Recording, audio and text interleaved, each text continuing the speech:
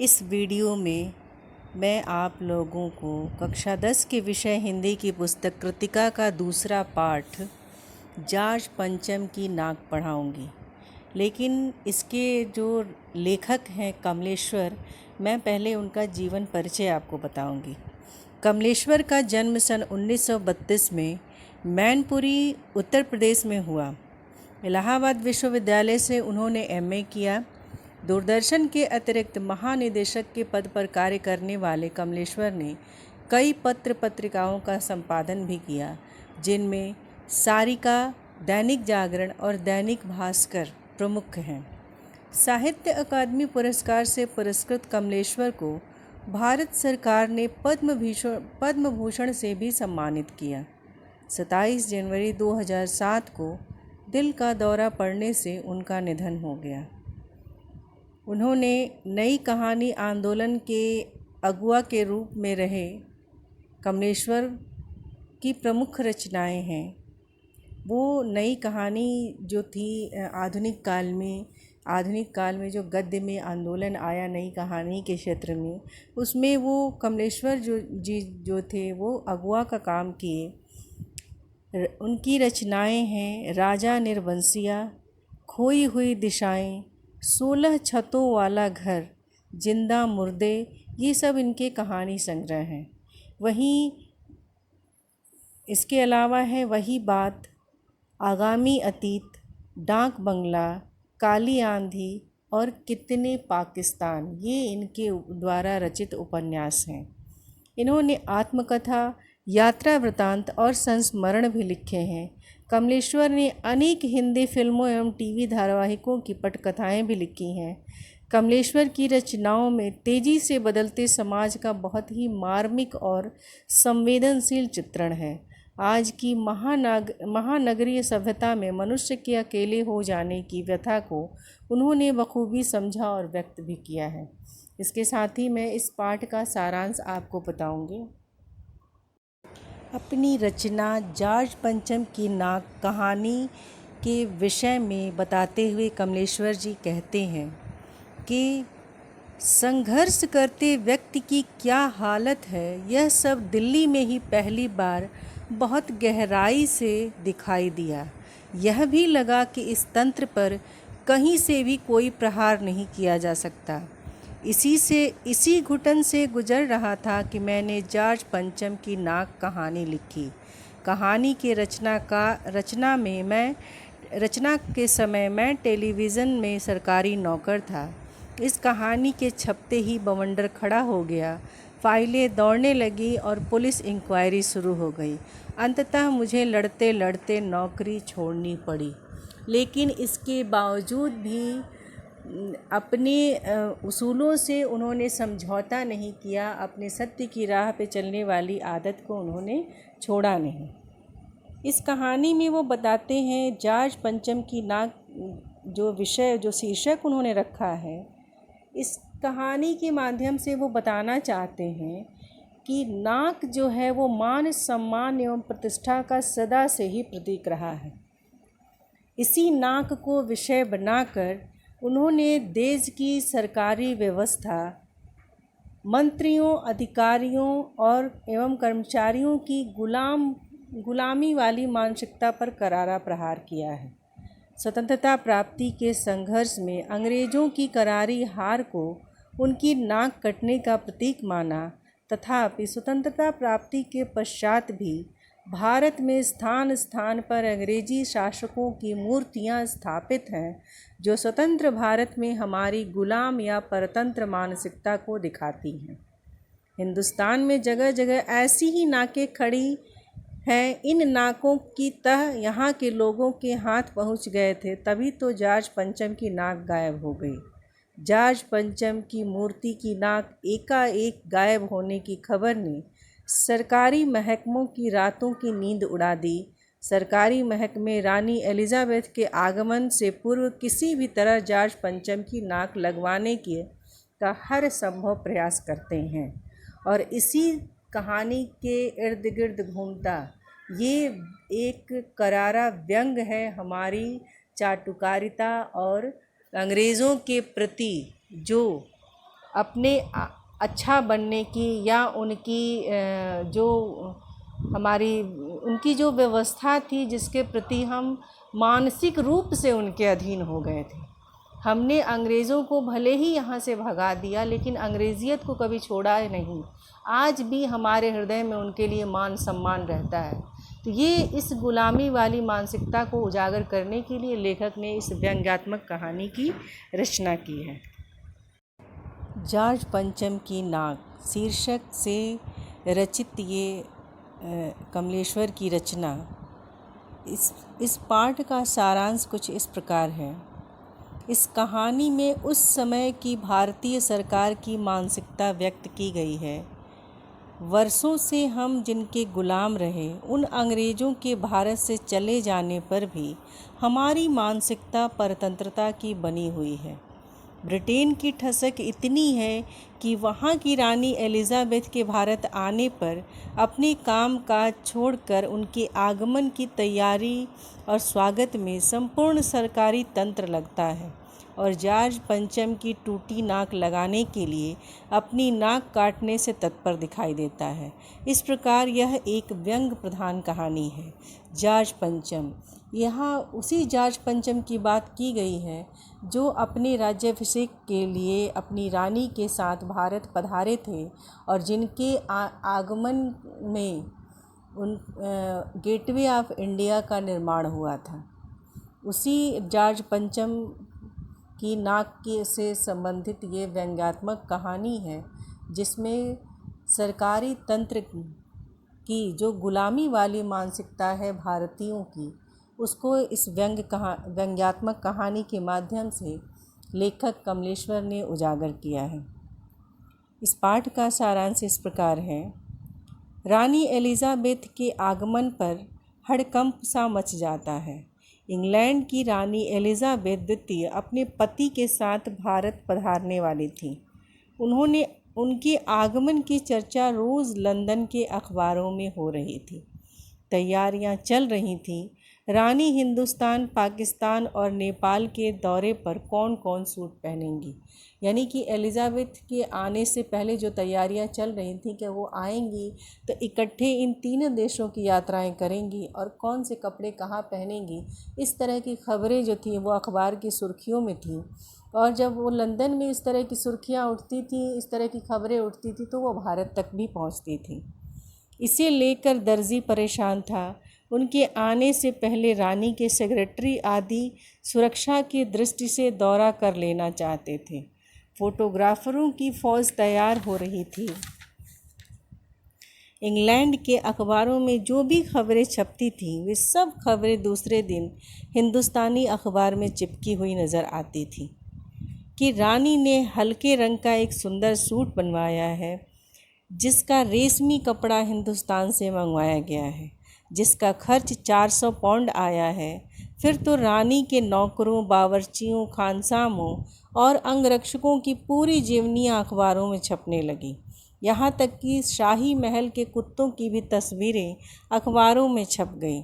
इस तरह शंख इंग्लैंड में बज रहा था और गूंज हिंदुस्तान में हो रही थी। यानी कि रानी आने की तैयारी इंग्लैंड में कर रही थी और उसकी सुर्खियाँ वहाँ खबरों में, अखबारों में वो सुर्खियाँ बनी हुई थी। और हम अपनी उस गुलामी मानसिकता के कारण उस चीज़ को अपनी वाहवाही समझते थे और उसकी गूंज हिंदुस्तान में सुनाई देना, यानी कि वो सब चीज़ों को हम कॉपी करते थे। राजधानी में तहलका मचा हुआ था। देखते ही देखते दिल्ली की काया पलट होने लगी।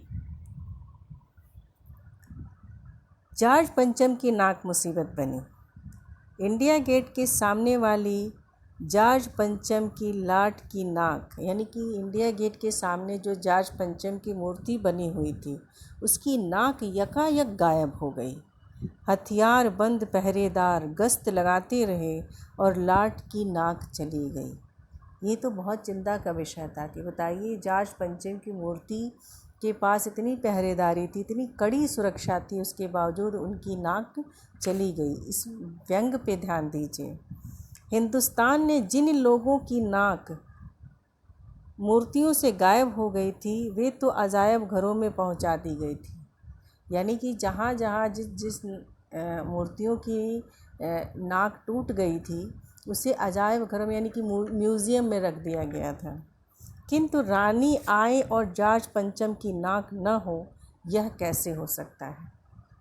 जिन अंग्रेज़ों की 200 साल तक हम गुलामी करते रहे, उनकी जी हुजूरी वाली जो मानसिकता थी उससे अब तक हम उबर नहीं पाए थे। लेखक यही बात यहाँ उजागर करना चाहता है। चिंता बढ़ी, मीटिंग बुलाई गई।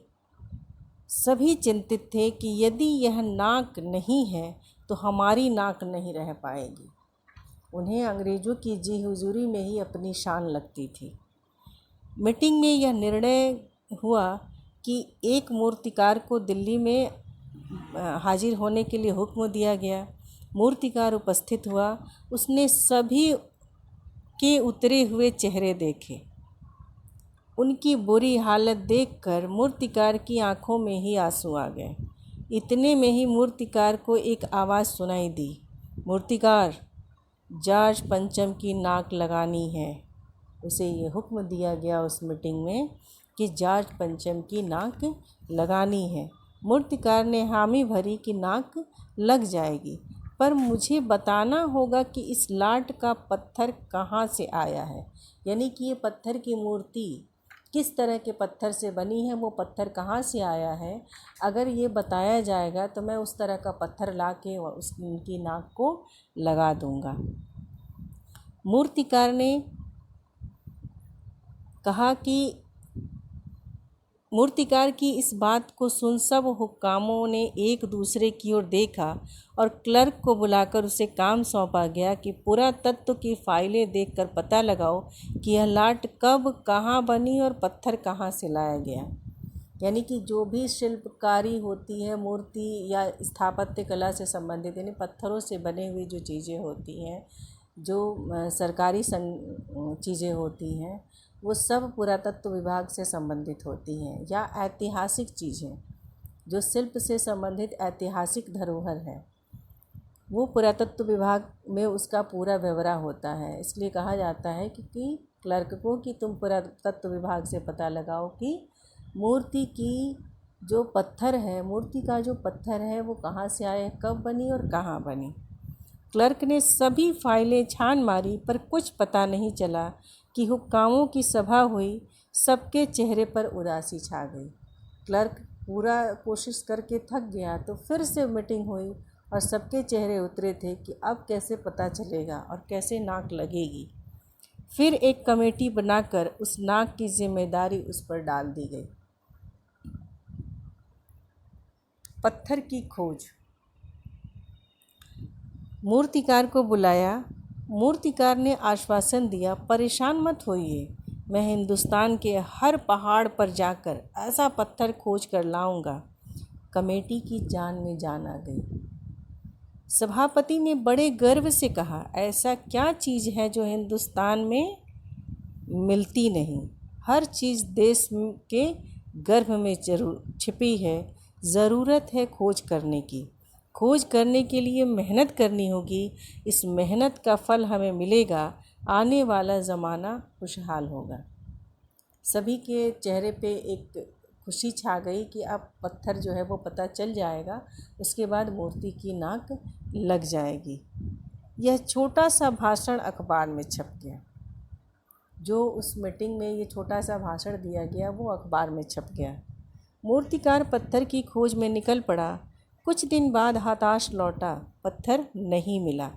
उसने सिर लटकाकर खबर दी कि हिंदुस्तान का चप्पा चप्पा खोज डाला, पर इस किस्म का पत्थर नहीं मिला। यह पत्थर विदेशी है। यानी कि यहाँ व्यंग इसमें ये निहित है कि ये जिस व्यक्ति की मूर्ति है वो व्यक्ति हमारा नहीं है, वो व्यक्ति उस देश का है जिसने हमें 200 साल तक गुलाम बना के रखा। ये विदेशी है, ये हमारा अपना नहीं है।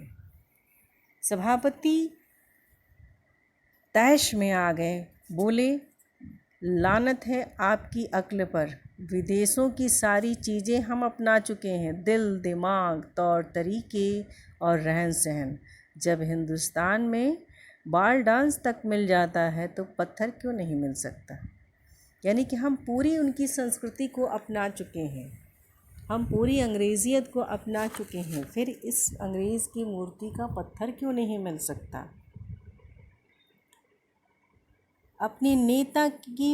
अपने किसी नेता की मूर्ति से नाक उतार ली जाए, ऐसा उस मीटिंग में निर्णय लिया गया कि अपने देश के किसी नेता की लाट यानी कि मूर्ति से नाक उतार ली जाए और जॉर्ज पंचम की नाक पर की जगह लगा दी जाए।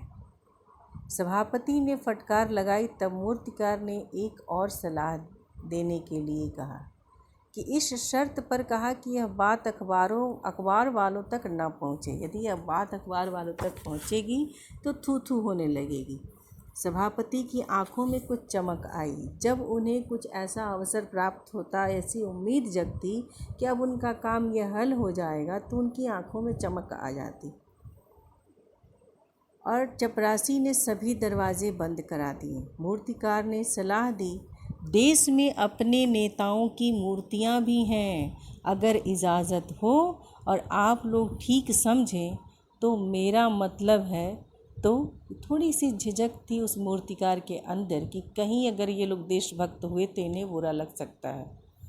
जिसकी नाक इस लाट पर ठीक बैठे उसे उतार लाया जाए। यह सुन कुछ खुशी लौटने लगी सभापति ने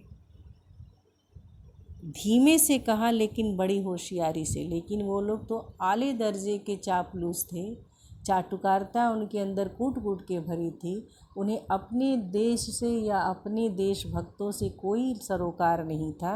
उन्हें तो बस अपनी जी हुजूरी सही ढंग से करनी थी। वो चाटुकारिता अभी तक उनके अंदर से गई नहीं थी। वो इस पर भी तैयार हो गए।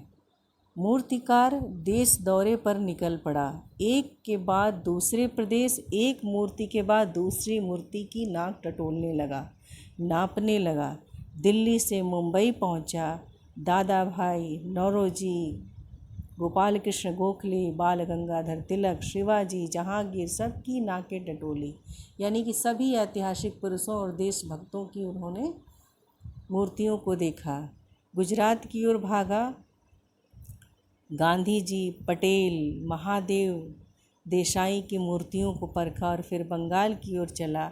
वहाँ गुरुदेव, रविंद्रनाथ टैगोर, सुभाष चंद्र बोस, राजा राम मोहन राय सबकी नाकों की नाप ली। इन नामों के माध्यम से लेखक जो है वो अपने देशभक्तों को याद दिलाना चाहता है कि जो देशभक्त इस देश के लिए अपने जीवन की आहुति दे गए और इस देश के नए नागरिकों ने उस देशभक्ति का महत्व न समझकर अपनी चाटुकारिता को ही महत्वपूर्ण समझा। फिर बिहार होता हुआ उत्तर प्रदेश आया। आज़ाद, बिस्मिल, नेहरू, मालवीय जी लाटों के पास गया। घबराहट में मद्रास पहुंचा, जहां तहां मैसूर, केरल का दौरा करता हुआ पंजाब और लाला लाजपत राय और भगत सिंह की लाटों का सामना किया और अंत में दिल्ली पहुंचकर अपनी मुश्किल बयान की। पूरे हिंदुस्तान की परिक्रमा कर आया, सब मूर्तियां देख आया और सबकी नाकों का नाप लिया, पर जॉर्ज पंचम की इस नाक से सबकी नाक बड़ी निकली। वो इस पंक्ति में व्यंग देखिए, लेखक द्वारा दिया गया व्यंग देखिए कि उसने इस भारत के कोने कोने से देशभक्तों का नाम लिया कि इस देश के कोने कोने से देशभक्त हुए हैं जो अपने देश पे मर मिटे हैं इस देश को आज़ादी दिलाने के लिए। वो सबके नाम इसमें लेता है क्योंकि यह एक व्यंग लेख है, एक व्यंग्यात्मक कहानी है। अंग्रेज़ों के प्रति जो चाटुकारिता थी उस पर व्यंग किया गया है। सबकी नाक बड़ी निकली से आगे कि सबके व्यक्तित्व इससे बड़े हैं, सब लोग इससे बड़े हैं, इससे महान हैं जो अपने देश के लिए मर मिटे हैं।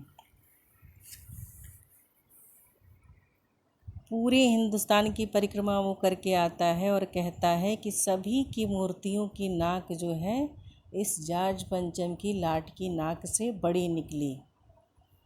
यहाँ तुलनात्मक व्यंग किया गया है कि यहाँ सभी जो हैं वो उससे कहीं उनका स्थान जो है वो ऊंचा है। मूर्तिकार ने आगे बताया कि मैंने सुना कि बिहार सेक्रेटेरिएट के सामने सन 42 में शहीद हुए बच्चों की मूर्तियां स्थापित हैं। तो मूर्तिकार कहता है कि मुझे लगा शायद बच्चों की नाक पिट बैठ जाए। यह सोचकर वहाँ भी पहुँचा, पर उन बच्चों की नाकें भी इससे कहीं बड़ी बैठती हैं। बताइए अब मैं क्या करूँ, उन बच्चों की भी इस नाक इससे बड़ी बैठती है। इस व्यंग में देखिए कितना अच्छा व्यंग यहाँ लेखक ने किया है इस पंक्ति के माध्यम से कि वो बच्चे भी इनसे महान हैं जो अपने देश पे मर मिटे।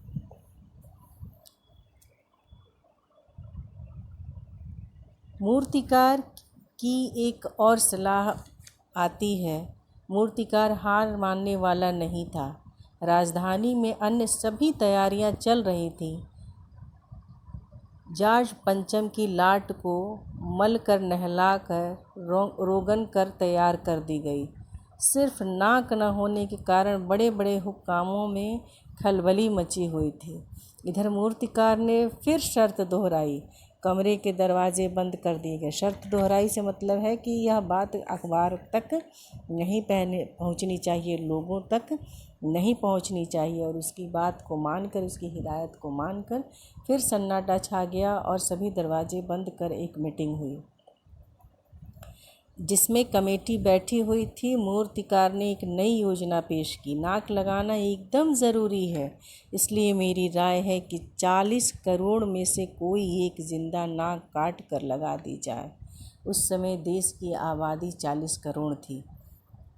मूर्तिकार ने जो ये नई सलाह दी, इसे सुनते ही वहाँ सन्नाटा छा गया। सबको परेशान देखकर मूर्तिकार ने कहा, आप लोग घबराते क्यों हैं? यह काम मेरे ऊपर छोड़ दीजिए। यानी कि सब चाहते थे चापलूसी में हम आगे रहें, लेकिन जो कुकृत्य करना है उसमें कहीं हमारा नाम ना आए। काम हो भी जाए और इस कृत्य में हमारा नाम भी ना आए। जब मूर्तिकार सारा अपने ऊपर ले लेता है, सारा कार्य अपने ऊपर ले लेता है, तो देखिए आगे लोग क्या करते हैं। नाक चुनना मेरा काम है, आपकी सिर्फ इजाज़त चाहिए। कानाफूसी कर मूर्तिकार को इजाज़त दे दी गई। इजाज़त इसलिए दे दी गई कि उन्हें लगा कि हमारे ऊपर कोई दोष नहीं आएगा। अखबार में सिर्फ इतना छपा कि नाक का मसला हल हो गया और राजपथ पर इंडिया गेट के पास वाली जॉर्ज पंचम की लाट के नाक लग रही है। जॉर्ज पंचम की नाक लग गई।